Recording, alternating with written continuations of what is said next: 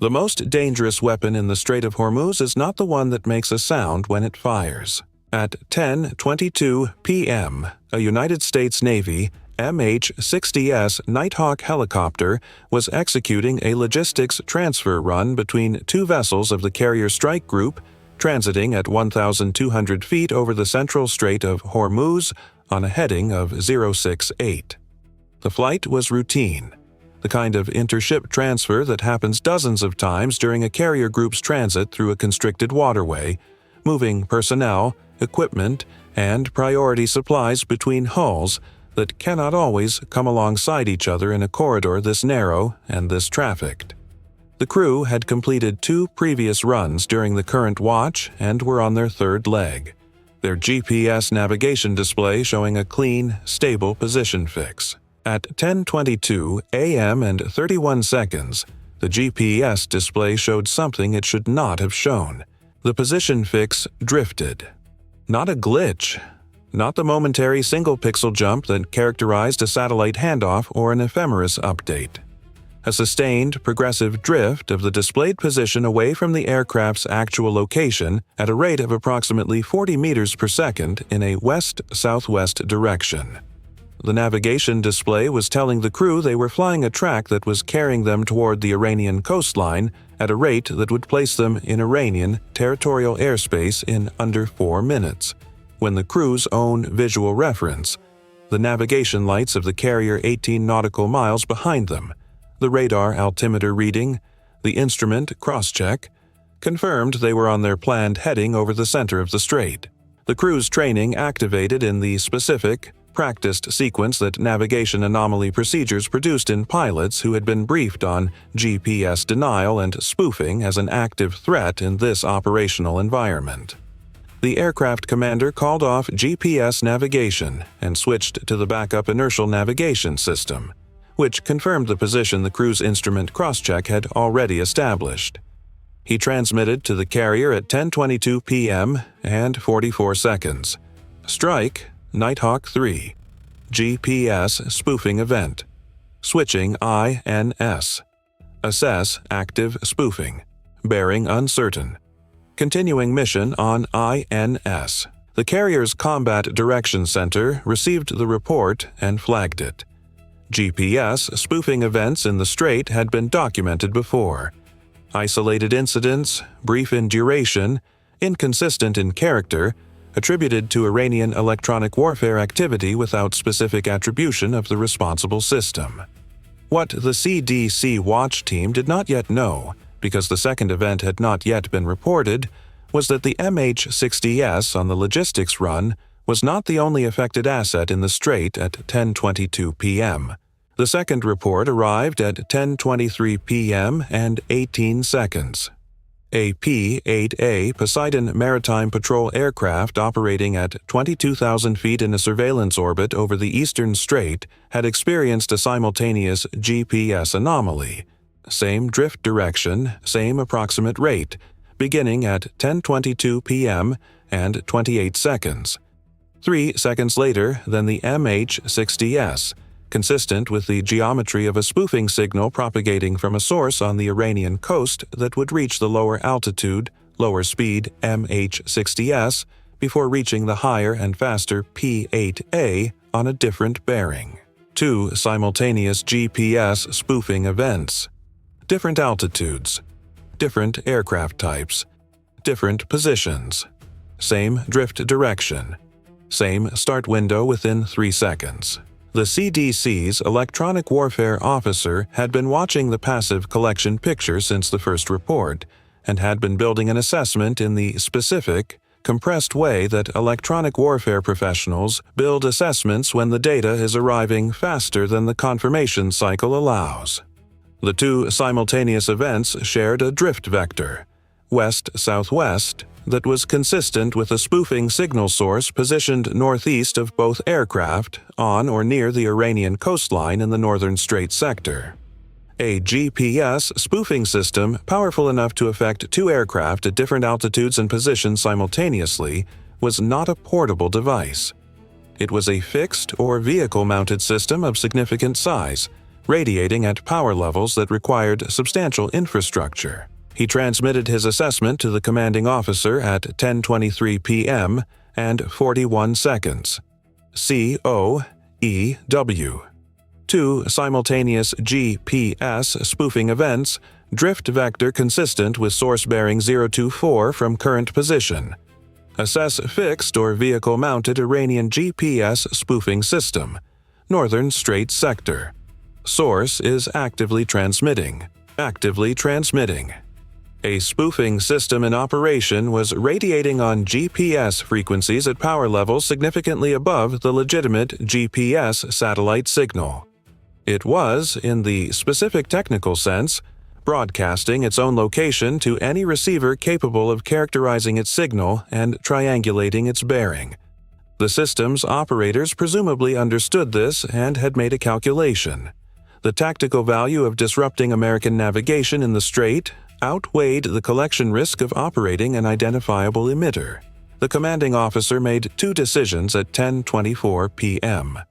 He directed the P-8A to reposition its orbit to optimize the angle for triangulating the spoofing source with its own electronic intelligence collection systems. And he transmitted to the carrier's air wing requesting a SEAD-capable section be placed on immediate standby. The carrier's air wing commander had been monitoring the developing situation since the first GPS report and had anticipated the standby request by approximately 40 seconds.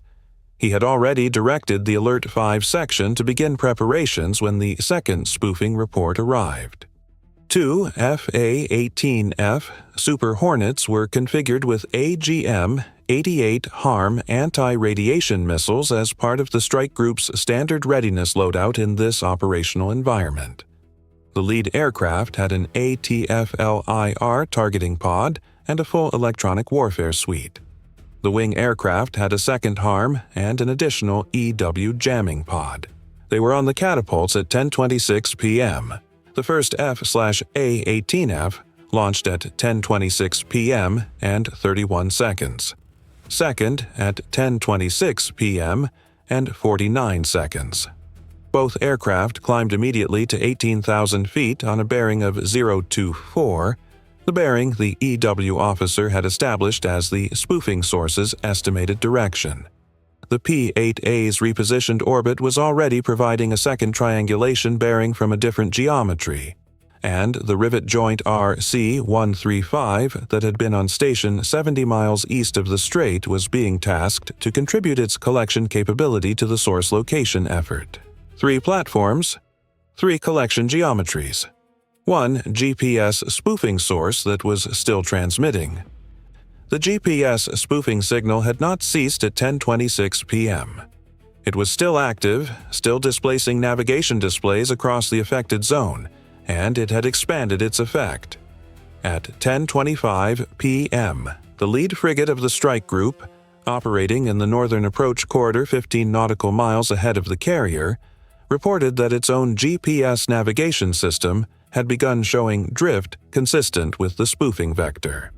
A surface vessel's GPS system was a different class of receiver from a helicopter's airborne navigation package, with different antenna geometry and different signal processing characteristics. But the spoofing signal's power level was apparently sufficient to affect both categories simultaneously. The surface navigation chart in the frigate's bridge had been switched to the backup electronic chart system using inertial reckoning from the ship's last confirmed position and its own radar-based position fixes on charted features.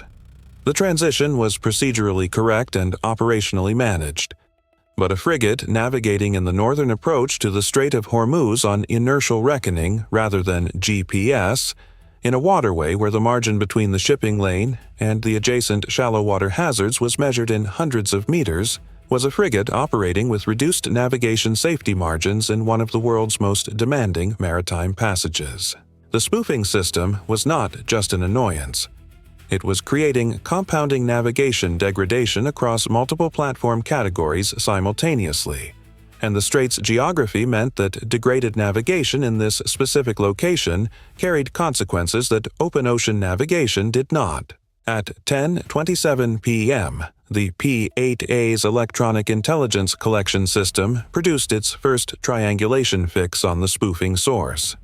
The fix was a bearing an estimated range from the P-8A's position, a line of position rather than a point, but a line that, when intersected with the EW officer's bearing from the carrier's passive collection picture, produced a position estimate on the Iranian coastline approximately 11 kilometers northeast of Qeshm Island. The confidence interval on the position estimate was wide, plus or minus 3 kilometers, but it placed the source on or within 1 kilometer of the Iranian coast, in a zone that satellite imagery had previously identified as a location where Iranian military electronic warfare equipment had been observed during previous intelligence collection operations. The flight lead received the position estimate from the CAOC relay at 10:28 p.m. He was at 94 nautical miles from the estimated source position. Climbing through 18,000 feet, his APG-79 AESA radar sweeping the northern bearing for any airborne contacts that might complicate the approach. The radar picture was clean. The spoofing signal was registering on his own aircraft's radar warning receiver. Not as a threat tone, because GPS spoofing frequencies were not in the fighter's standard threat library, but as a broadband emission in the L-band frequency range that the EW suite was cataloging as an uncharacterized emitter, with the bearing consistent with the position estimate he had received from the CAOC. He was flying toward a signal he could characterize in bearing and frequency. He could not yet characterize it in precise position with the accuracy that HARM employment required. The HARM's pre-briefed mode required a target position with a confidence radius of under 500 meters for effective employment at the engagement ranges available from outside Iranian territorial airspace. The current position estimate had a confidence radius of 3 kilometers. The gap between 3 kilometers and 500 meters was the gap between a useful intelligence product and an employable targeting solution.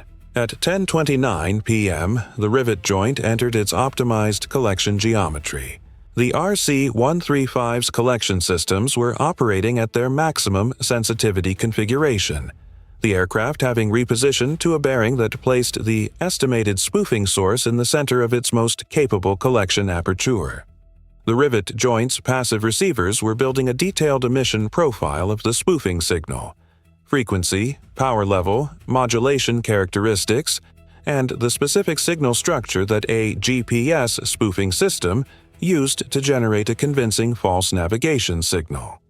The emission profile was being processed in real time by the aircraft's onboard analysis system. At 10:30 p.m. and 7 seconds, the Rivet Joint's analysis system produced a precise bearing to the spoofing source with a confidence level that the operator characterized as high, a single bearing, not a position fix but a bearing with an accuracy of plus or minus 0.4 degrees. At the range from the Rivet Joint to the estimated source, 0.4 degrees corresponded to a lateral uncertainty of approximately 700 meters. Better than 3 kilometers, not yet 500 meters. The P-8A produced a refined triangulation fix at 10:30 p.m. and 22 seconds, incorporating its own updated bearing and the Rivet Joint's new bearing into a combined solution. The intersection of two precise bearings from two geometrically separated collection platforms produced a position estimate with a confidence radius of approximately 800 meters, still short of the 500-meter threshold. Narrowing. The flight lead was at 61 nautical miles from the estimated position at 10:30 p.m. At his current speed, he would reach his maximum effective standoff employment range for pre-briefed HARM in approximately 4 minutes. 4 minutes in which the triangulation picture needed to close from 800 meters to 500 meters in confidence radius if the engagement was going to be executed from outside Iranian territorial airspace. At 10:31 p.m., the spoofing signal changed. The power level increased by approximately 8 decibels, a significant step increase that the Rivet Joint's collection system registered immediately, and that the carrier's passive EW suite also detected as a substantial brightening of the L-band emission on its receiver display. The power increase expanded the spoofing signal's effective coverage area extending the zone of GPS navigation degradation further south into the strait and deeper into the strike group's operating geometry.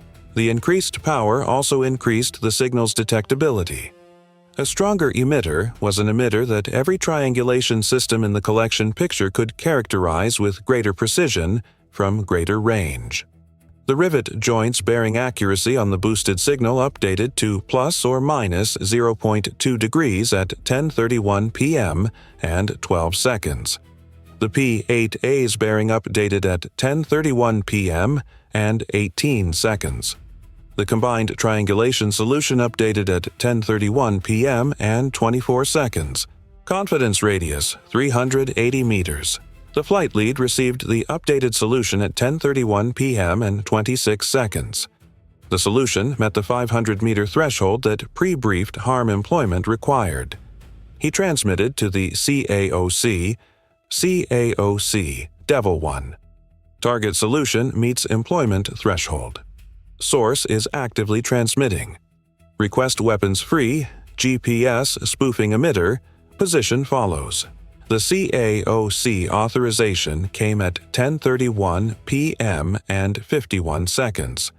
25 seconds of decision cycle.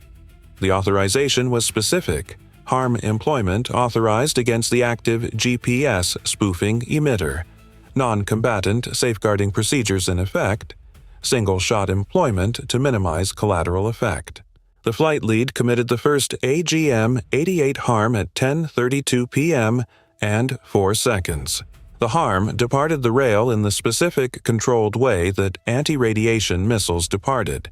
A brief rocket motor ignition, an immediate turn onto the heading toward the target's emission source, the seeker head locking onto the L-band frequency of the spoofing signal, with the focused certainty of a system designed to follow electromagnetic energy to its source, regardless of the distance or the terrain between them.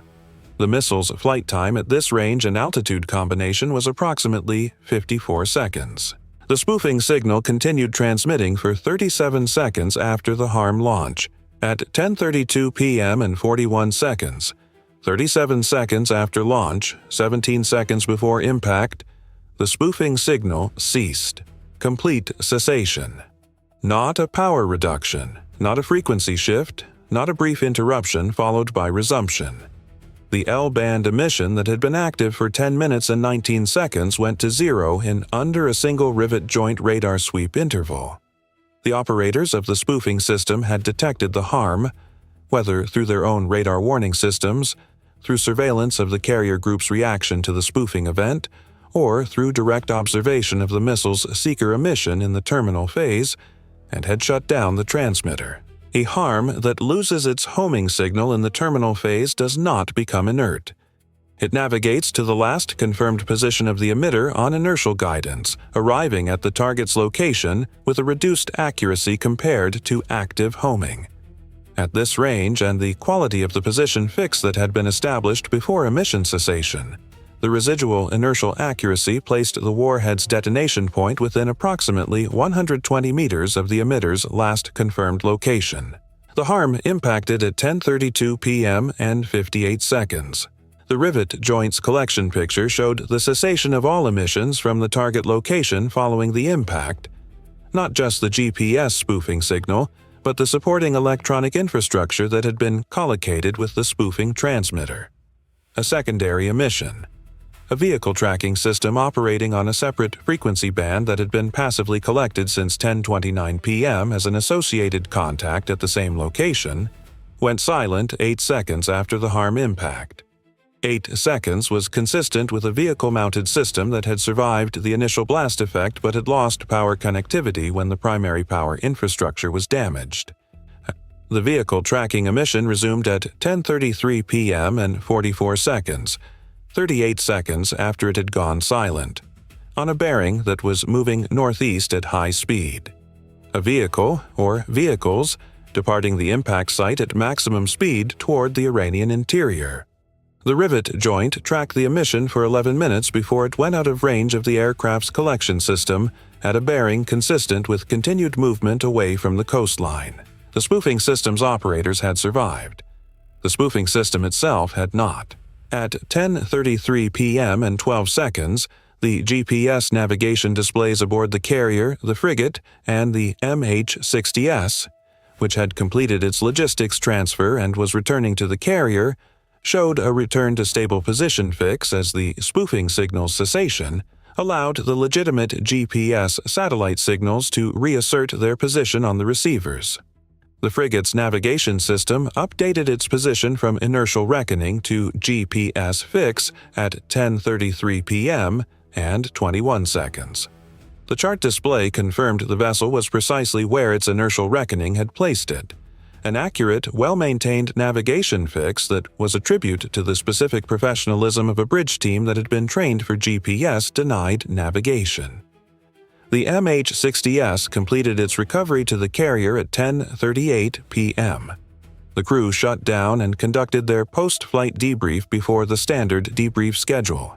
The aircraft commander had specific observations to contribute to the intelligence picture and wanted them documented while the technical details of the anomaly were fresh. His report included precise timing of the onset, the drift rate measurement he had estimated from the display before switching to INS, and the specific cross-check sequence his crew had used to identify the spoofing event. The timing and drift rate data were exactly the kind of operationally precise parameters that the signal's intelligence analysts needed to cross-reference against the Rivet Joint's collection picture to confirm the relationship between the emitter's characteristics and the navigation anomaly it had produced. The CAOC intelligence assessment was completed at 12:30 a.m., 2 hours and 6 minutes after the first GPS report. Its findings were organized in a structure that had become standard for Iranian electronic warfare engagements in this theater: technical characterization, operational assessment, doctrinal analysis. The technical characterization established the spoofing system as a high-power GPS spoofing transmitter operating in the L1 and L2 frequency bands simultaneously, the two primary civilian and military GPS frequencies, with a power output that the Rivet Joint estimated at approximately 1 kilowatt at the antenna. A 1 kilowatt GPS spoofer was not a commercial or improvised device. It was a purpose-designed military electronic warfare system with a power infrastructure that required either a fixed facility or a heavy vehicle platform. The specific signal structure, the way the false navigation signal was constructed to mimic legitimate GPS satellite signals, showed engineering sophistication that the assessment characterized as consistent with a system designed with access to detailed GPS signal architecture documentation. The operational assessment noted that the spoofing event had affected 3 distinct platform categories simultaneously: naval helicopters, maritime patrol aircraft, and surface vessels, and had done so with a single transmitter operating from a single location. The simultaneous multi-platform effect was achieved through the transmitter's power level rather than through multiple coordinated systems, which was technically simpler but operationally ambitious. The 8 decibel power increase at 10:31 p.m., which had inadvertently provided the precision targeting data that enabled the harm employment, was assessed as an operational decision to expand coverage, a decision that reflected either a lack of awareness that the power increase would improve the triangulation picture, or an acceptance of that risk in exchange for the expanded coverage effect. The doctrinal analysis paragraph received the most attention from the operational planning community that reviewed the assessment. The GPS spoofing operation had not been aimed at destroying American assets. It had been aimed at degrading American operational capability in the Strait in a way that created navigation hazards, forced procedural transitions to backup systems, consumed crew attention and decision bandwidth, and generated operational friction across multiple platform categories simultaneously, all without firing a weapon, all within the legal gray zone that made the response decision more complex than a conventional attack would have required.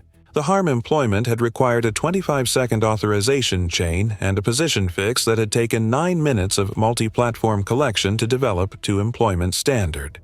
During those 9 minutes, the Strait had been operating under degraded GPS navigation conditions. The frigate had been navigating on inertial reckoning, The logistics helicopter had been on INS. The P-8A had been on backup systems. The strike group's navigation picture had been compromised for 9 minutes and 22 seconds by a transmitter that had cost its operators the equivalent of a vehicle, a power system, and a transmitter array, a fraction of the cost of the harm that destroyed it. The ratio was not in the American column, and the assessment said so plainly.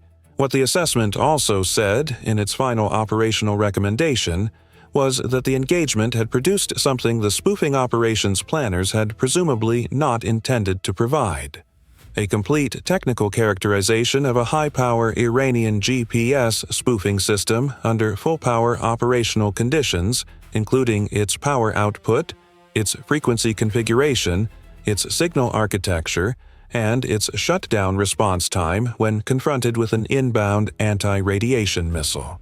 44 seconds from the harm launch to shutdown. 44 seconds of reaction time in the Iranian system's operators. A reaction time that was now documented and would inform every future engagement planning cycle for this class of electronic warfare threat. The EW officer completed his contribution to the assessment at 1:45 a.m. He submitted it to the intelligence processing queue and secured his station. The strait outside was running its standard night traffic. Tankers in both directions, the navigation lights of a dozen vessels visible on the surface search radar, the electromagnetic environment back to its normal pattern of shore-based radar emissions and maritime navigation transmissions. Normal.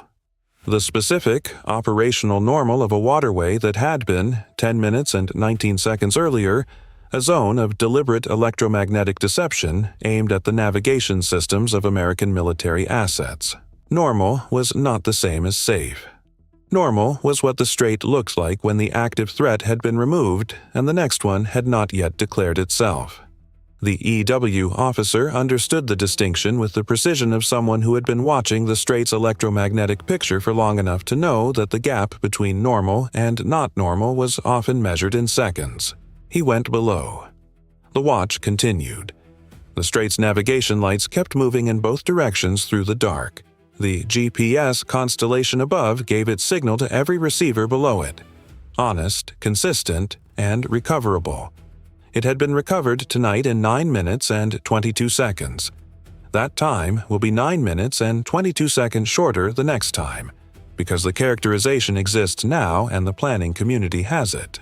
The signal was there in the morning. It always is. The work is making sure it stays that way.